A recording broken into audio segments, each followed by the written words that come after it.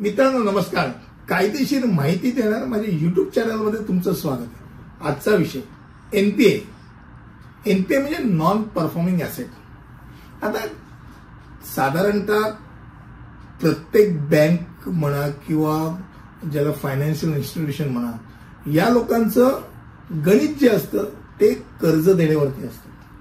आपल्याला वाटतं की अरे ते कर्ज देण्याकरता खूप काकू करतात, खूप चेकिंग करतात, हे करतात ते करतात, पण ऍक्च्युअल बघायला गेलं तर यांची गणित आहेत ही कर्जावरती अवलंबून असतात. तुम्हाला बँक ज्याला व्याज देते, तुमच्या फिक्स डिपॉझिटवर व्याज देते, ते व्याज कुठून देऊ शकते? त्यांच्या कर्मचाऱ्यांच्या पगारापासून तुमच्या फिक्स डिपॉझिटच्या व्याजापर्यंत सगळं गणित कर्जावरती अवलंबून असतं. आणि मग ते कर्ज बुडीत कर्ज जेव्हा होतं त्या बुडीत कर्जाच्या कॅटेगरीला एनपीए म्हणतात. त्याला नॉन परफॉर्मिंग ॲसेट आपण असं म्हणतो. आता बँकेच्या किंवा वित्तीय संस्थेकरता एनपीए कधी धरलं जातं? ज्यावेळेला 90 दिवसांपेक्षा जास्त दिवस त्या ठराविक कर्जावरती कुठच्याही प्रकारचं व्याज येत नाही किंवा कर्जदार पैसाच भरत नाही, त्यावेळेला ते एनपीए कडे ते त्या खात्यामध्ये ते ढकललं जातं की बाबा हे नॉन परफॉर्मिंग ॲसेट आहे, याच्यावरती काहीतरी करायला पाहिजे.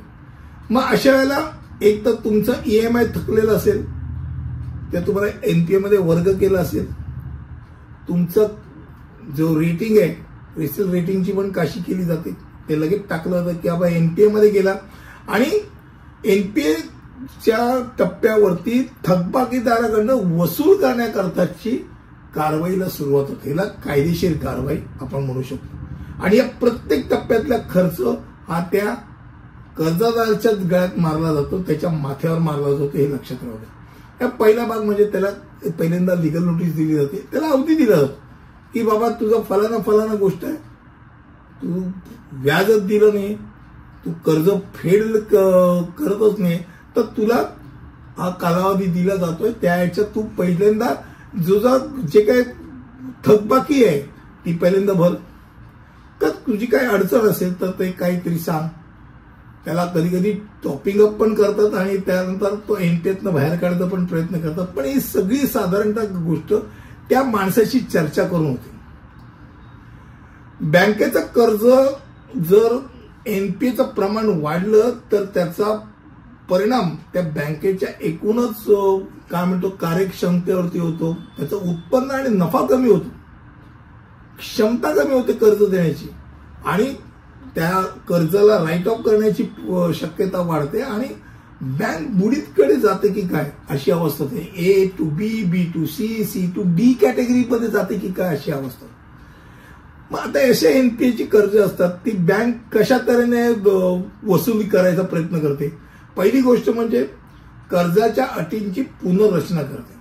ते जरा अट्रॅक्टिव्ह करायचा प्रयत्न करते आणि कर्जदाराशी संपर्क करायचा प्रयत्न करते आणि त्याला पटवायचा प्रयत्न करते. बाबा काय अडचण असेल तर आमच्याशी बोल, पण ते थोडं का होईना दर महिन्याला 10,000 तुझा आहे ना, तर तू 8 तर भर किंवा 5 तर भर, जेणेकरून कुठेतरी पैसे यायला सुरुवात होतात. क्रमांक 2 काय करते की रिकव्हरी एजंट नेमलं जातं आणि रिकव्हरी एजंटच्या माध्यमातून त्या माणसाकडनं काही वसूल करता येतं का, त्याची इतर काही ऍसेट्स आहेत का ते त्यातनं वसूल करता येतं का ते बघितलं जातं. आणि अन्यथा मालमत्ता पुनर्रचना करणाऱ्या कंपन्यांना ते कर्ज विकलं जातं. मग त्या कंपन्या ते त्या जो कर्जदार आहे तो कर्जदार, त्याचे हमीदार पासून अनेक गोष्टी, रिकव्हरी एजंट गुंड पण पाठवतात, अशा सगळ्या गोष्टी केल्या जातात. बँका याच्यात पडत नाही. बँकेचं उद्दिष्ट काय असतं की बाबा नुकसान कमी करणं आणि शक्य असल्यास कर्ज परत करण्याच्या स्थितीत आणणं. एनिवे एनपीए असेल आणि तुम्ही एनपीए धारक असाल आणि तुम्हाला सेटलमेंट करायचं, वन टाइम सेटलमेंट करायचं असेल, तर तुम्ही त्या बँकेशी किंवा वित्तीय संस्थेशी थेट संपर्क साधा. कर्जाच्या तुमची थकबाकीची कारणं सांगा आणि मग वाटाघाटीच्या माध्यमातून कमीत कमी कसं भरणा करता येईल तसं दोघंही जण एकमेकांना खिचत असतात, ते करायचा प्रयत्न करा.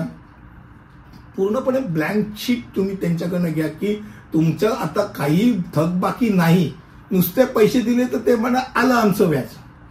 हे न होता शक्यतो कुठच्या तरी कायदेशीर व्यक्तीला घेऊन जात, जो वकील असेल, ज्याला अक्कल असेल, त्याला माहिती असेल आणि तो तुम्हाला खड्ड्यात टाकणार नाही. आजचा विषय एनपीए नॉन परफॉर्मिंग ऍसेट या संदर्भात होता. थकबाकीदारच्या दृष्टिकोनातनं आणि वित्तीय म्हणजे बँक आणि वित्तीय संस्थेच्या दृष्टिकोनातनं एनपीए काय असतं हे मी तुम्हाला आज थोडक्या शब्दात सांगितलं. मला वाटतं पुढील व्हिडिओमध्ये असंच काहीतरी नवीन माहिती घेऊन येत असतो. तुम्हाला नक्कीच तो आवडला असेल. पुढील व्हिडिओपर्यंत इथे थांबूया. धन्यवाद.